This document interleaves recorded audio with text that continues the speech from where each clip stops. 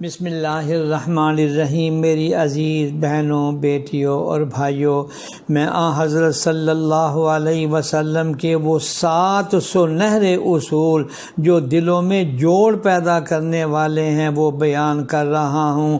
2 باتیں میں نے بیان کر دی ہے، تیسری بات جس سے رسول اللہ صلی اللہ علیہ وسلم نے روکا وہ یہ کہ تم کسی کی جاسوسی نہ کرو۔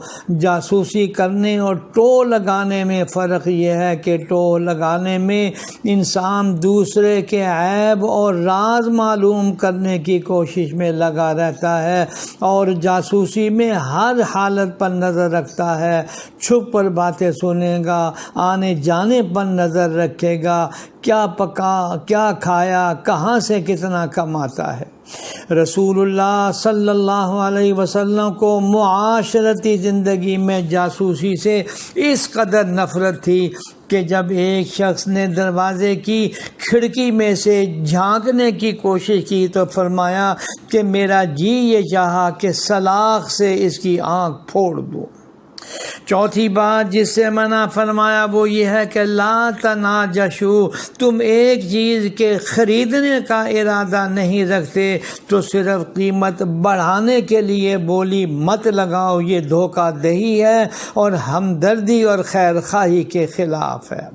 اور 5ویں بات فرمایا حسد سے منع فرمایا کہ کسی کے پاس نعمتیں دیکھ کر، اس کے فضل و کمال اور اس کی اچھی حالت کو دیکھ کر دل میں جلنا اور کڑنا اور یہ چاہنا کہ اس سے یہ نعمت چھن جائے، یہ حسد کہلاتا ہے۔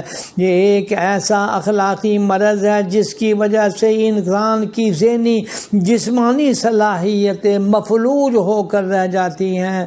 رسول اکرم صلی اللہ علیہ وسلم نے تو یہاں تک فرمایا کہ تم حسد سے بچو، کیونکہ یہ نیکیوں کو اس طرح کھا جاتا ہے جیسے خشک لکڑی آگ کو کھا جاتی ہے۔ 6ٹھی بات جس سے منع فرمایا وہ بغض اور کینہ ہے، کسی کے خلاف نفرت اور دشمنی کو ذہن میں زیادہ دیر تک جگہ دینے کو بغض اور کینہ کہتے ہیں۔ یہی وہ دلوں میں سلگنے والی آگ ہے جس سے معاشرتی زندگی تباہ ہو کر رہ جاتی ہے۔ اور 7ویں اور آخری بات قطع تعلقی ہے جس سے رسول اللہ صلی اللہ علیہ وسلم نے روکا۔ رشتہ داریوں کو جوڑے رکھنا اور معاشرے کے افراد سے تعلق رکھنا، اس کا اثر انسان کی زندگی پر بڑا گہرا ہوتا ہے۔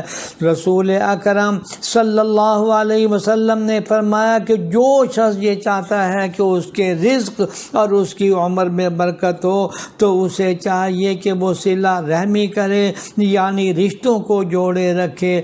پھر آخر میں فرمایا کہ تم بھائی بھائی بن کر اللہ کے بندے بن جاؤ۔ لہذا اگر آج بھی انسان یہ چاہے کہ میں ایک گھر، ایک خاندان، ایک ادارے میں ذہنی اور جسمانی سکون کے ساتھ خوشگوار زندگی گزاروں تو اسے ان 7 باتوں پر بھی عمل کرنا ہوگا۔ اللہ رب العزت ہم سب کو بھائی بھائی بن کر اللہ کا بندہ بننے کی توفیق عطا فرمائے۔ درس قرآن .com www.darsequran.com